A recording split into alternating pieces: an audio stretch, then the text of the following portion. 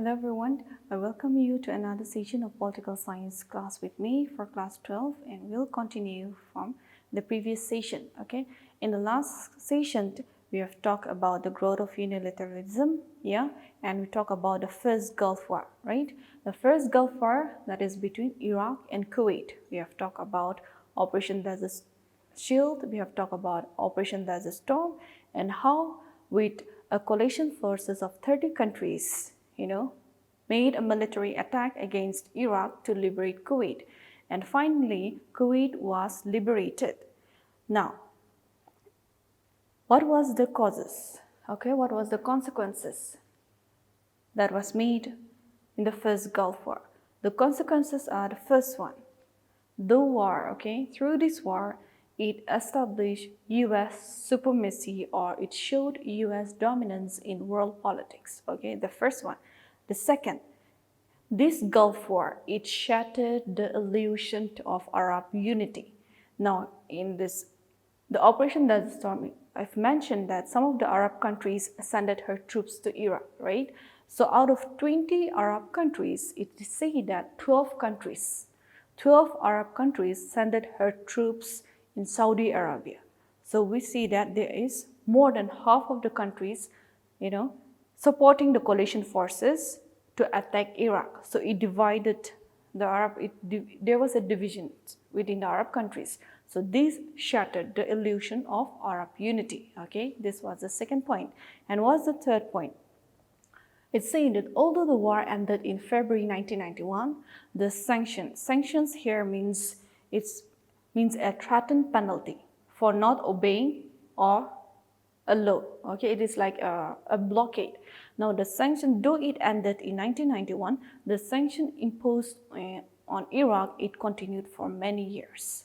All right, so this is the third point. What is the fourth?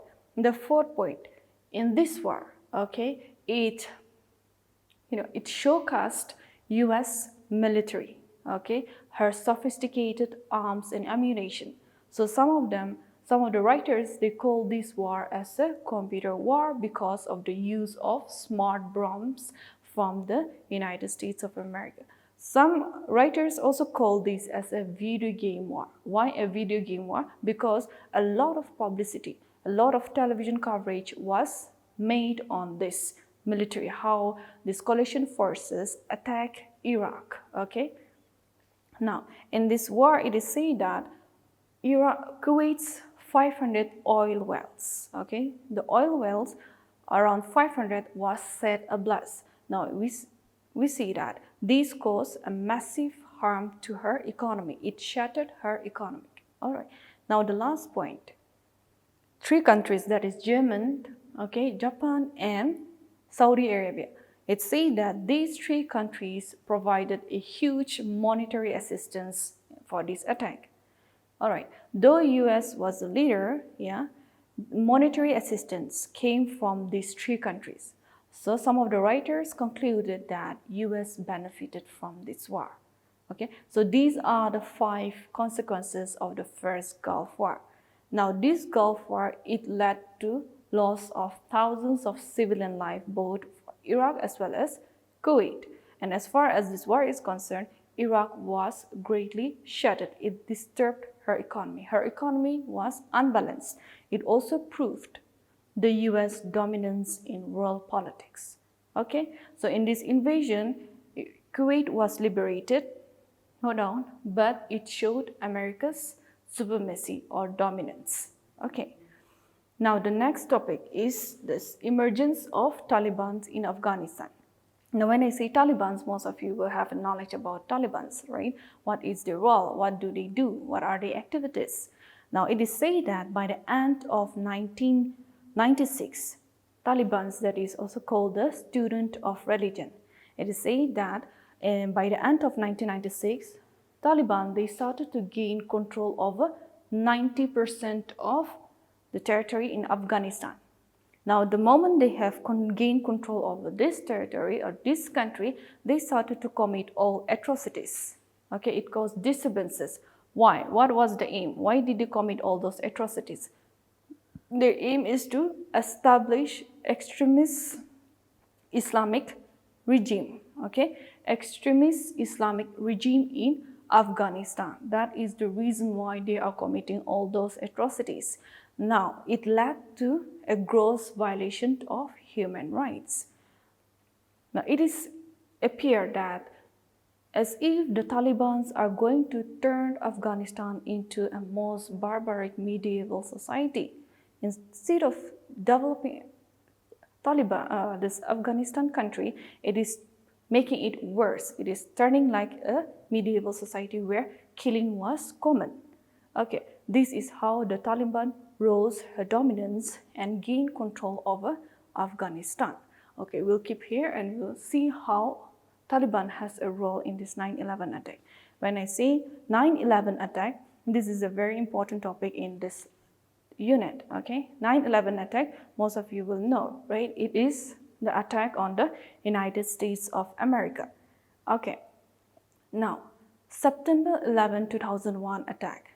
Okay, the September 11, 2001 attack, it was a series of coordinated suicide attack on the United States of America, which happened to be the darkest day in US history. Okay, now on this date, that is 11th of September 2001. On this date, it is in your text, it did not give the exact number of terrorists. It said that a few terrorists hijacked 4 commercial planes. Now, what do you mean by hijack? Hijack means illegal seizure. Okay, here it's commercial planes. So, illegal seizure or illegal control of planes and making it to change the direction to another destination. Okay, now on this date, few terrorists, they hijacked 4 commercial planes. Okay, now out of these 4 commercial planes, 2 of the commercial planes, it struck against the 110 twin, okay, which happened to be the World Trade Center in New York. So 2 airplanes, it crashed here. Okay, now the 3rd airplane, it struck against the Pentagon. The Pentagon is in Washington, D.C., which happened to be the US Defense Headquarters. Okay? Okay, the 3rd plane, it crashed here. Now what about the 4th plane? Now the 4th plane, it crashed in a village in Pennsylvania. Okay, although their target was to hit the Capitol building of the American Congress. Now when I say American Congress, it is not referring to a political party. Okay, for India, Congress is a political party, right? But for the United States, American Congress is referring to the American Parliament. Okay, so the 4th plane, their target or their spot was to hit the American Congress, but it did not. It crashed in the village in Pennsylvania. Now this incident came to be known as the 9/11 attack.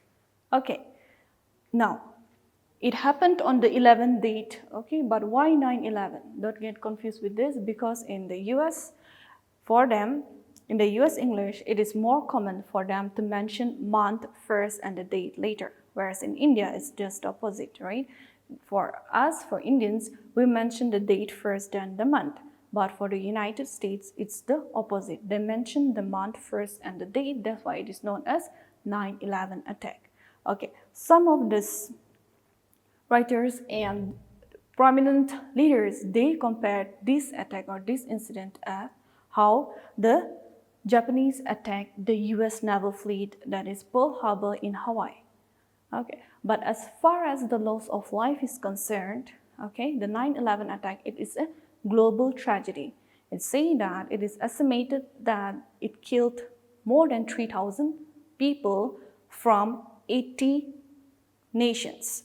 So they targeted one country and it has a consequences from 80 nations. All right. So what did the US responded? How did US responded to this 9/11 attack? Now on this day of the attack, this George Bush, okay, not George H.W. Bush, but his son, George Bush, he vowed that the United States will hunt down and punish those responsible for the attack. His word, okay? It is his word. He said that he will hunt down and punish those responsible for the attack. Now the UN Security Council, the most powerful organ of the United Nations, the Security Council also asked for cooperation from other countries against this attack. Now, the US response was on war on terrorism. This was the response of the United States, okay? War on terrorism. Now, the American president, he held the Islamic fundamentalist organization called Al-Qaeda. Responsible for the attack.